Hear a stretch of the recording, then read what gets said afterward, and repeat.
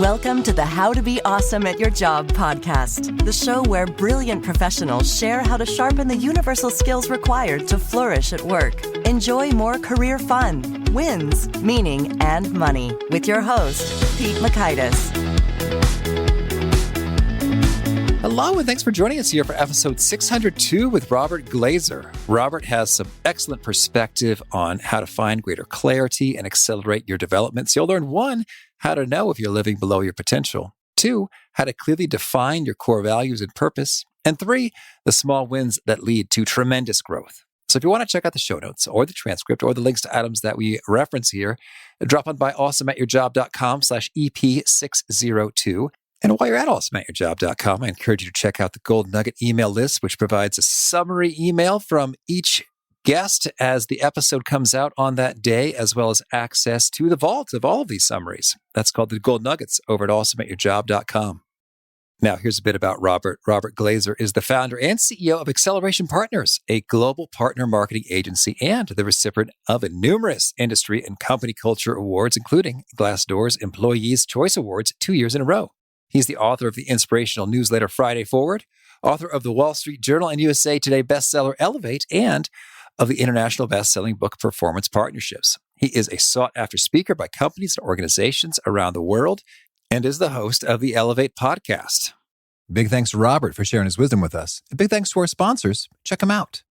And big thanks to our sponsor, Acorns. Acorns makes it easy to start automatically saving and investing for your future. You don't need a lot of money or expertise to invest with Acorns. In fact, you can get started with just your spare change. Acorns recommends an expert-built portfolio that fits you and your money goals, then automatically invests your money for you. NerdWallet.com, whom I love on these sorts of matters, gives Acorns a whopping 4.7 stars and says, quote, if you want to make the most of your spare change, there's no better place to do that than Acorns. Head to acorns.com/awesome or download the Acorns app to start saving and investing for your future today. And we got a legal disclaimer here. It may not be representative of all clients. Tier 1 compensation provided. Compensation provides an incentive to positively promote Acorns. View important disclosures at acorns.com/awesome. Investing involves risk, including the loss of principal. Please consider your objectives, risk tolerance, and Acorns' fees before investing. Acorns Advisors LLC, Acorns, is an SEC-registered investment advisor. Brokerage services are provided to clients of Acorns by Acorns Securities LLC, member FINRA/SIPC. For more information, visit acorns.com.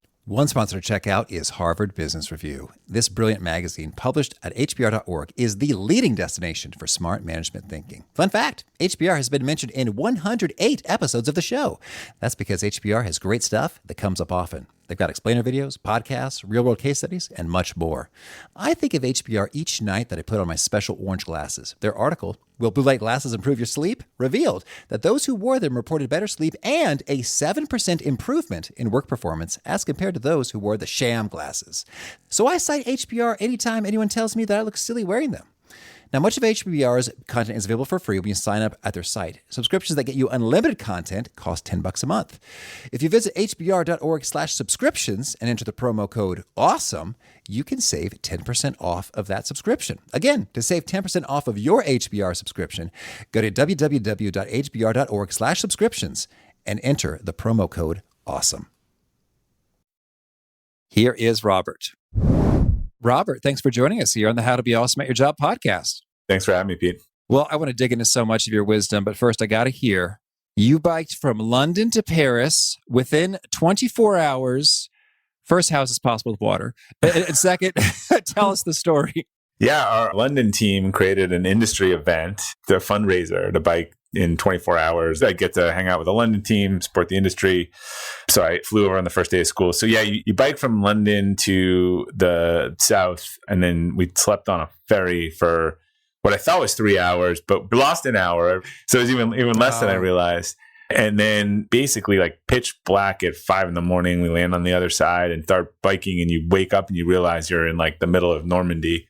So it was pretty crazy. It was technically 23 because of that hour change. We finished right under down the Champs-Elysees and right under the Eiffel Tower. So it was pretty iconic finish. I had never done anything even half that amount of distance. That's awesome. Very cool. Yeah. And can you orient us a bit for those who are less familiar with you in terms of the London team and the industry? Yeah. Where are you situated there? So yeah, I run a company called Acceleration Partners. I founded it. It's a marketing agency, and we We manage what's called affiliate programs, large scale affiliate programs. So kind of digital partnerships between brands and all kinds of different publishers. And we've been expanding into Europe, and I built up a Europe team, and our MD in London is a big cyclist. So she had this crazy idea, but it was awesome. I mean, from a bonding standpoint, there were some people I was biking with in the middle of the night, in the middle of the morning, and had some great discussions. And it was a really cool experience. It's not something you can do without the infrastructure. So, there was a company who sort of provided the infrastructure, but it was awesome. And I tell a lot of people, good learning. Like, I didn't really read very much. Like, I'm not big on direct. I didn't really read a lot of the instructions or what we were doing until I was packing. And then I was like, crap, what have I signed up for? So it's good learning there. Sometimes it's better to just sign up and say yes and not know all the details, because if I had read all the warnings and the things and all the rest, I would have probably scared myself out of it. Yeah, that's really true. I think in terms of if you don't have to have a lot of technical know-how, like just keep pedaling, that works in terms of if there's a risk of you psyching yourself out, that might be wise. Well, very cool. Well, so let's dig into, so you make great promotions happen and you pull that off with your book, Elevate. What's the big idea behind this one? Yeah, so Elevate came out of something called Friday Forward, which was a note that I started sending my team about 5 years ago every Friday.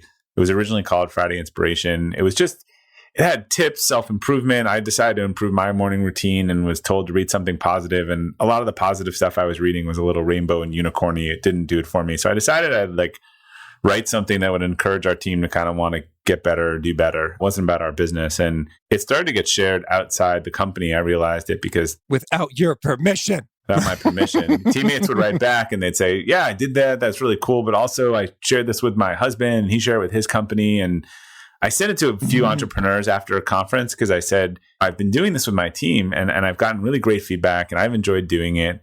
And they said, yeah, well, send it to us. And it was like 4 entrepreneurs and we'll take a look. Maybe it's a great idea.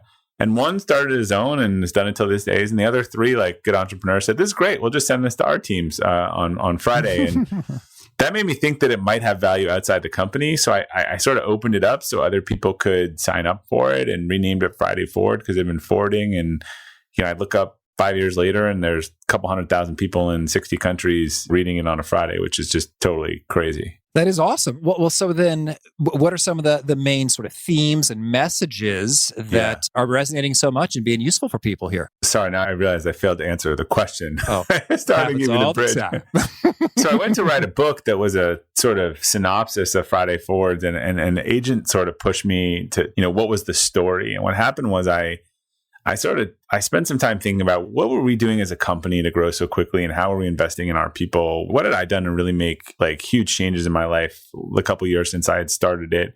Why were these notes having an impact on all these strangers that I didn't know? And all these other high performing people I saw, what do they have in common? And it really all came down to the same thing, which was this concept of capacity building, about how you get better, and these 4 elements of capacity building, which are spiritual, intellectual, physical, and emotional. And it was a framework that for me that covered all of self-improvement and showed you kind of clearly how it was connected and where you might be doing well and where you might be out of whack. So I like to say it's actually nothing in it is new itself. I just think the framework has not been presented in that way for people to understand, here's how you can actually get better in service of what you want most. And that was, as I said, that's actually an approach we took with our team, which was how do we invest in them holistically and build their capacity and get them to grow along with the business rather than just trying to make them better at their jobs, because their jobs would change as the business grew. Right. Well, there's so much in there I love. So let's just sync up on a term for a moment. When you say capacity, I have a definition in mind for that. What do you mean by the word capacity? There's a long definition, but I actually think capacity is how we get better, right? That ability to, it's not one key though. It's not more. I think one of the aspects of building capacity is getting intellectual, is getting a faster chip, is that you should be able to do the right things faster and with less energy, right? It's just not, I think people correlate it with volume versus it's really more of ability. How do you increase your ability in these areas to do more, think smarter, act faster? Physical capacity, we understand, that bike race. If I trained an hour a day for 60 days, suddenly I have the capacity to bike 170 miles, which I did not have before. All right. So it's just sort of your ability, what you are capable of pulling off. And so that's exciting. Well, then lay it on us then. You mentioned you get an understanding of where you might be doing well or not so well. Yeah. Across each of these 4 dimensions. And how do you gauge that? Like, hey, spiritual's rocking, intellectual's lagging. How do I get to that conclusion? Yeah. Well, would it help if I define them first quickly? Sure. Yeah. So spiritual capacity is not religious. To me, this is just your North Star. It's usually your core values or purpose. Like, what is it that you want and who are you? And if you don't have clarity on that, you're probably already very wobbly because you may not be going in the right, you may not be wobbly. You may actually be doing a great job going in the wrong direction. So to me, that's first. Intellectual capacity is how you plan, learn, think, execute with discipline, accountability, set goals. So now we know what we want. And this is like, how do we get smarter and faster and better in pursuit of that? Physical capacity is kind of your health, well-being, competition, resilience. How does our body like hold us up in this process? And then emotional is the things outside of you. So your relationships, whether those drain energy or bring energy, and how you react to external events and things that you don't control. So yeah, I think, so in my example before, it's probably more rare, but if someone hasn't figured out who they are and what they want, they may be considered successful, but they may be like crushing intellectual, physical, and emotional capacity in a direction or something that gives them no enjoyment, right? They're doing what their parents wanted them to do, what teachers or society, and they're a world-class doctor and they want to be a writer at a house in Montana in a cabin. And so it just doesn't provide them fulfillment. But for most people, I think you got to know your values because that drives your key decisions. Then you get excited about what it is that you're going to accomplish. Then you want to really, you pay attention to your emotional and physical capacity. So physical capacity is the easiest one to see out of whack. I think when we're tired, when we're stressed, you think about that, like you lose control of the big picture. You're not learning as much. You tend to fight and argue with everyone. So that's when you can see that's out of whack. And if your emotional capacity is maybe a little out of whack, you're probably on an island. You've been kind of detaching yourself from the world and from other people and just trying to go at it. And you need those people in order to have the kind of success that you want to have. So I think sometimes it's easier to notice where we may feel a little bit out of whack. I mean, intellectual capacity, COVID's a great example, right?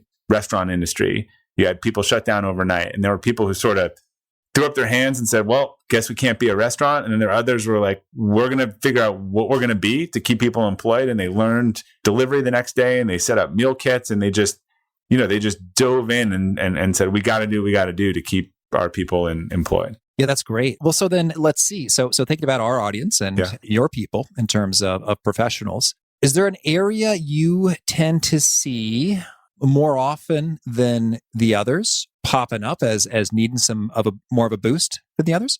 Yeah, I think physical is the one that we, particularly now, that can easily get out of whack on. That's like the chiropractic fix of getting back into that. Spiritual is not one you kind of fall in and out of. For most people, they just haven't done the work. If you ask most people, what are your core values? 98 out of 100 will look at you with a blank stare or maybe sputter out a word. 2 of them will say, integrity. My core values are A, B, C, and D, and my core purpose is X. And I promise you, they're on a really definitive path. So I think a lot of people who they know it, I always say it's self-discovery. They know when they get into situations where their core values are violated, but they don't have the language to make those decisions and stay away from the electric fence until they cross it. And so they make a lot of bad or wrong decisions on the journey. And so I encourage a lot of people who want to get better to make sure you figure that out, because I think it's really hard for you to live somewhere, have a relationship, have a job that's fundamentally misaligned with your core values. Well, so we've talked about values a few times, and I love the different angles that people sort of approach it from. So could you give us some examples of, well, I guess we can hear yours in terms of purpose and values, as well as where do people, it sounds like you've done the research, 98% of people just sort of have nothing. That is unscientific, but yes, for most of them. We're pegging you. We're citing your name in studies with the parenthesis Glazer 2020. So let's hear, like, how do you get there, and sort of how, I guess, if you have 20 values, you sort of have none. It's sort of the way I view it. Yes, and like if you have 20 goals, you have none, right? And I think Brene Brown said in one of her books that she did some research that most superstars have like 1 or 2 or 3. It's a very small number and then they have real directional power. So lay it on us, some examples and how we get there. Yeah, so less is more on this. And we've done this with our leaders at Acceleration Partners for years. I had a hard time. I went to a pretty hardcore leadership thing. I was determined how values were important and to figure it out, but they actually didn't tell us how. And so I went through a process over a year or two and then started doing that with my team and built it out. I've actually just turned into a course that'll launch in a couple of weeks because it's the thing I get asked most about in Elevate. There's some tips in Elevate to get you started, but my core purpose is to share ideas that help people and organizations grow. That's why I'm on this podcast. That's why I'm writing these books. And my core values are find a better way and share it, health and vitality, self-reliance, respectful authenticity, and long-term orientation. And I think there are a couple principles to values. And there's a way I figured out kind of how to get it out of people, but they need to be definitive, right? Like things like integrity. It's like a company. If it's just generic, like they actually need to describe how you're different. Yeah. And they also can't be one word because I talk a little bit in the course about the core validator. And there are a couple things on like what makes it a good core value. So you got to be able to look at it and say, I'm doing a good job with this, or I'm not doing a good job with this, almost like a report card. You got to think about the inverse value of that, and it should really rub you the wrong way. And then also could you make a decision on it? So when someone says something like visionary, you'd say like, well, was I being visionary last month? I don't know. Did I make, if I have a choice, did I make a visionary decision? So when I came up with long-term orientation, I realized like that was something that was really important to me. I was thinking about that. That's usually a really good test. Like if I have a choice of a partner, an investment, or something I can think about, what is the long-term aspect of this decision? Am I thinking about the long-term? Have I done a good job doing that? And that counter core value, if I'm at a party, I always say, imagine the sort of inverse of your core value as a character. And I'm talking to short-term Pete, and Pete's talking about, I'm making all this money on the COVID reimbursement stuff, and I'm driving the bus to this game, and just everything Pete is doing is like taking advantage of the short term before it ends. Like I need to like get away from him as fast as I can. That's a good test. That person actually, the archetype of that person embodies the violation of my core value. So one of the tests that we do when we're trying to see if it's a core value is we sort of tell someone to come up with that inverse person. How do you feel when it's some people picture a relative or something. So it literally, because the whole thing about a core value is when you violate it, you're not comfortable. Yeah. And I think, integrity is sort of everything. When I think about values, I think my first kind of aha moment with values, it's funny from a business perspective, my company mission is kind of similar to yours, to discover, develop, and disseminate knowledge that transforms the experience of being alive. And I really do. I get jazzed about that. Right. And it doesn't happen very often. And when it does, these interviews don't air. Don't worry. You're going to make the cut. You're good. I've had a couple of these. Yeah. You know what? I don't think we didn't really discover anything. We didn't really develop anything. This isn't really worth disseminating. I'm just going to have to let it go. And that feels uncomfortable in terms of I'm a bit of a people pleaser, but it's necessary. Otherwise, I would feel bad. I would feel very yucky if I created something lame and consumed people's time, which is so precious, on something that was inadequately valuable, and they regretted spending that time. I regretted spending the time watching the movie Uncut Gems, personally. Someone was just talking about that yesterday, saying it was pretty dark. Didn't do it for me. But more to the point, I remember I was a senior in high school, and I was in my car, just parked, eating ice cream from the Custard Cup in Danville. And I came to realize that, yes, when I'm living in accordance with values, that my sort of baseline, how I feel outside of some really good news or really bad news, is good. I've just got a kind of happy groove. And when I'm not, it's just kind of blah. And at the time, they were one words at the time. I think they were defined as integrity, service, growth, and optimality. And by integrity, I really mean is like not being sort of shady or deceptive, or lying. And there's many shades of dishonesty. Yeah, like not just saying no when the answer is yes, but like what you omit and what you imply. What Bill Clinton said. I did not perjure myself, but my answers were legally accurate, but they were misleading. Correct. I was like, okay, well, you're right. There's many flavors of dishonesty here. So that's great. So in terms of the report card, I'd love it. So how do you measure or score or quantify for your kind of reporting? Or do you do check-ins? How's that work? For reporting on like You do a report card on your values, like, hey, how am I doing this month or quarter? Oh yeah. So to me, it's actually, when I say the report card, it's if I had to look back on a decision, like could I have objectively used that as a decision point, right? And so that's why I kind of try to push people again. If I had time, I'd go through with you against the word like integrity. I could probably get a little more out of you on that, and you could say, did my decision to go on that podcast or not have that person on the podcast have integrity? Or there's probably some other phrase that really nails down, what that is for you. So the report card is pretty binary, as you said. You're going to feel really good when you're doing things in service, and you're going to feel pretty bad outside. So if you're in an environment, if you live in a place that people don't share the values, if you're in a relationship, if you're in an office environment, that's a really hard thing to work its way around. But if I have a decision, my decision to continue in Friday Forward when I didn't know what it was, I didn't know how it would make money or anything, I sort of scanned across. I'm like, is this encouraging people to be healthy? Is it finding a better way and sharing it with them? Is it encouraging self-reliance? Is it about being respectfully authentic? Is it about long-term? Yeah, it's all of those things. So I should keep going with that. And, that was a huge inflection point where I almost said, why am I doing this? Similarly, I think there's some other things you could look at in your life and say, wow, it's 0 out of 5 for me. Like, I got to stop. I got to stop that. Yeah. Well, how about we just, let's get into it a little bit, shall we? In terms of integrity and saying, all right, we can do better than that. We can do better than that? All right. Let's do it live. See what we can do. All right. So you gave some descriptions, but I always feel like it needs a couple words. So when you say integrity is also really tricky because I think there's cultural implications and there's people who have different definitions of what's integral. So what is the core aspect of integrity for you? Can you think of a situation or a story where you're like you were saying with Clinton, but a personal one where you'd say that went against my values? Sure thing. I guess I'm thinking about times someone asked me a question and I knew what they wanted to hear.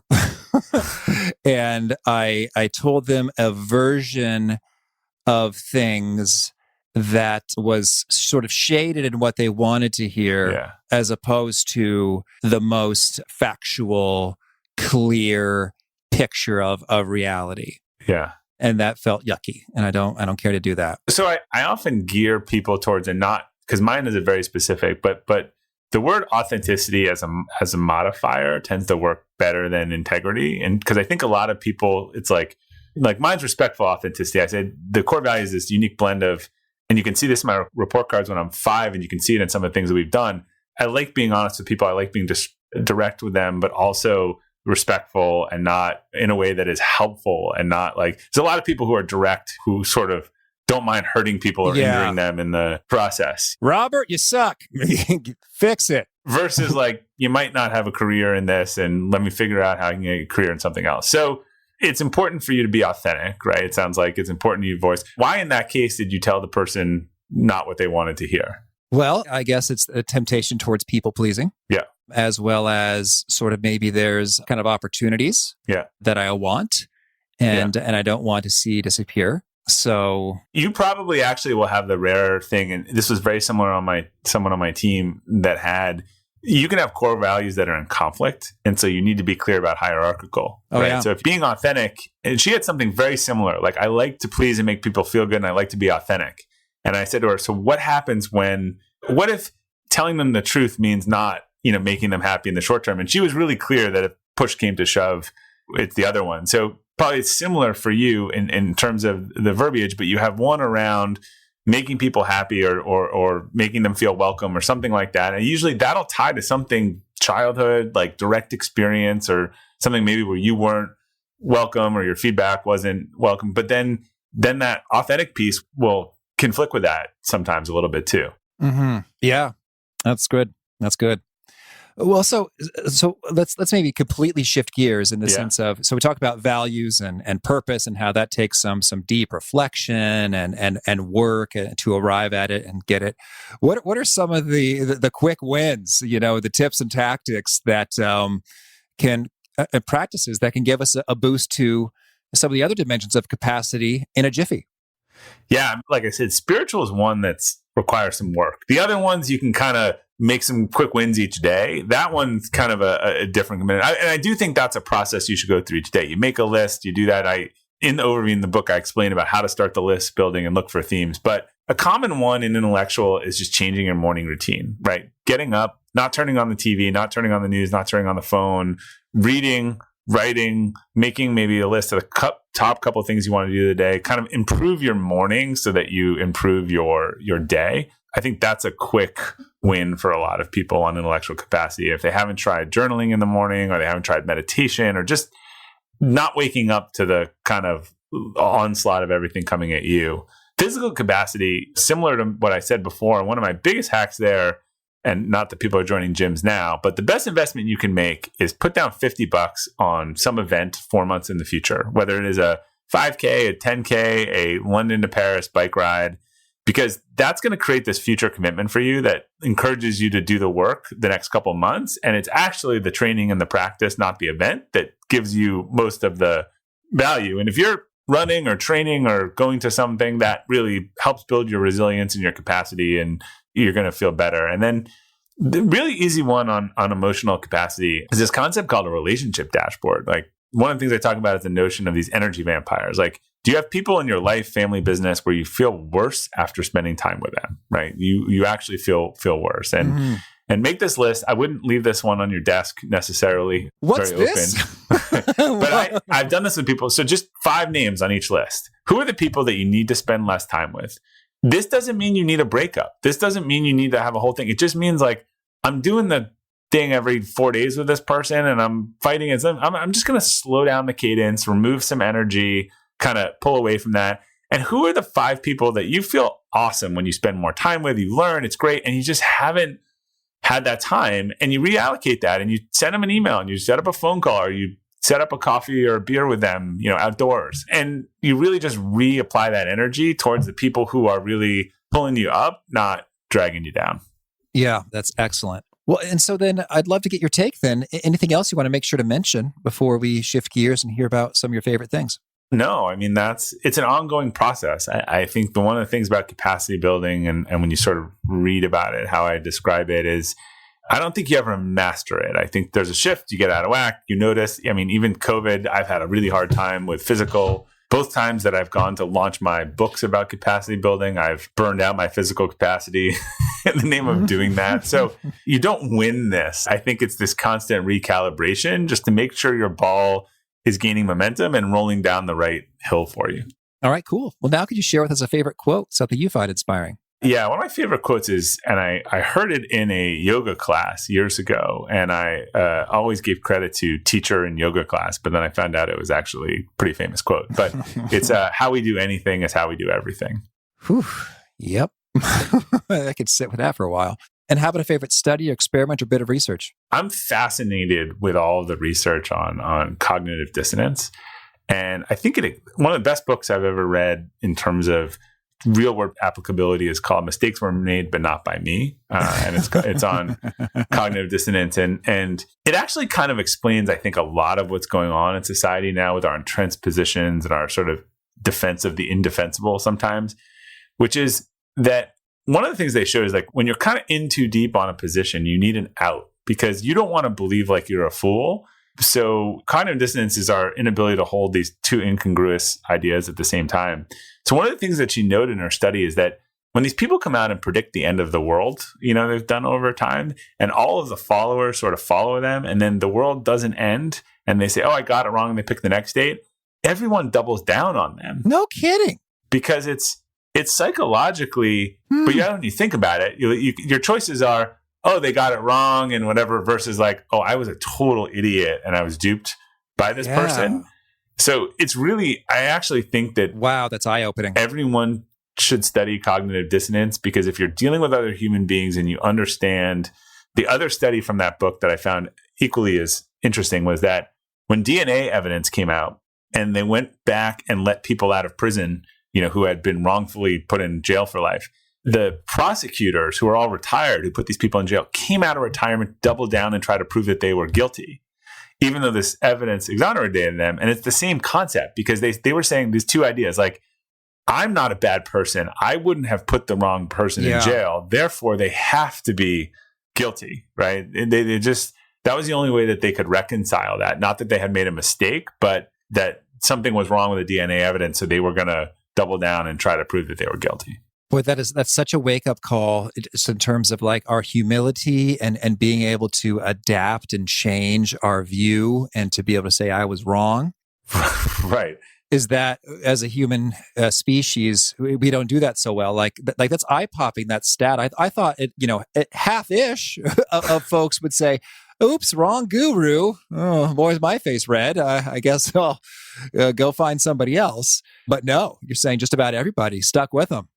They doubled down. And think about this. Think about what we're seeing now with COVID-19 and globally. There's some pretty clear playbooks about what works, but how many leaders just want to make up their own thing and say that they didn't know? I mean, it's kind of fascinating how much reinvention of the wheel there is and sort of denial of reality. And I didn't know. And you say, look, call Taiwan and ask them how they have 200 cases and 4 deaths in a country of 25 million in their plan. Like, I just think a lot of leaders have gotten themselves stuck in this rut of wanting to think that they know the better way to do it. Yeah.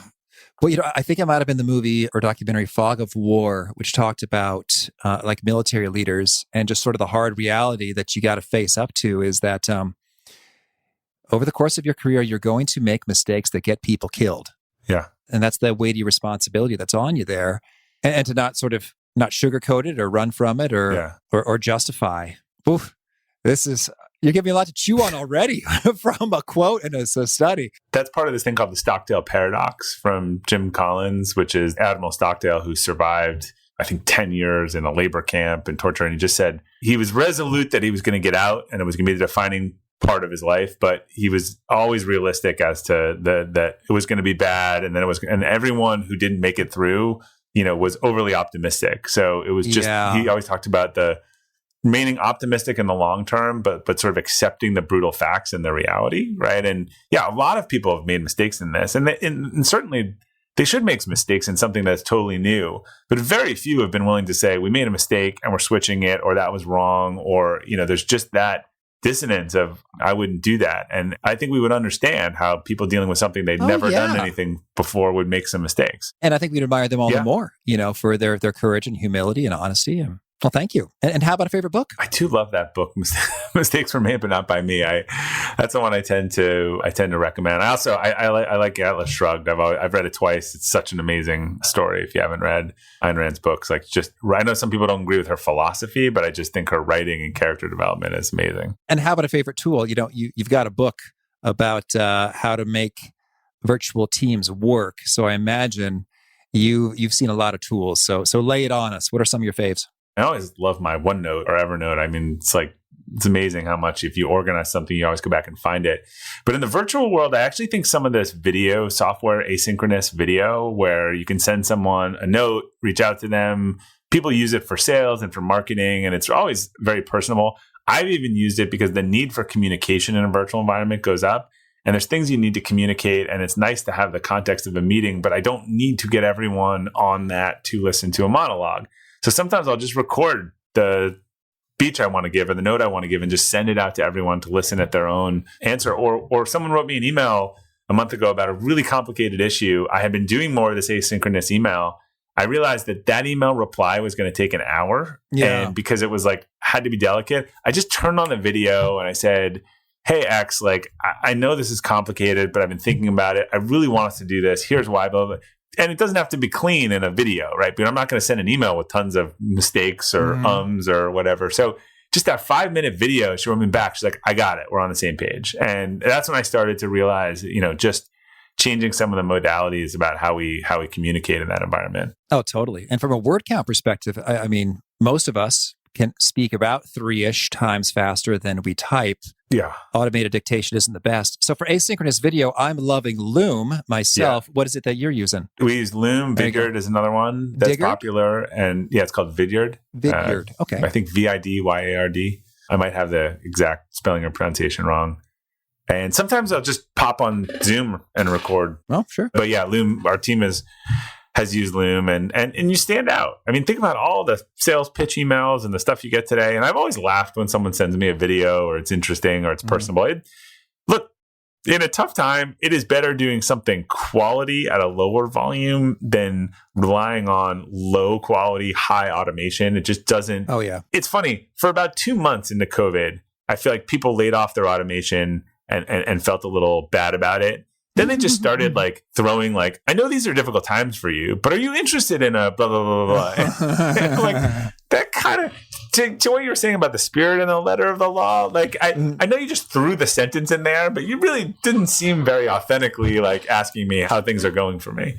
Totally. Very good. And a favorite habit? Favorite habits, I think journaling or a morning routine. And even for me, the Friday forward, anything that can become that keystone habit in your life where you do it really well and it improves all of your other habits. And is there a particular nugget you share that you're known for, people kind of highlight a lot in your books or tweet back to you frequently? No, I think the one thing is they just appreciate, and particularly in everything that's going on, focusing on the aspect of building other people up and trying to help them be better. We just have a massive, and I just get lots of thank you notes that take the time to do that. When you think about what's going on social media these days, it's like everyone tearing each other down.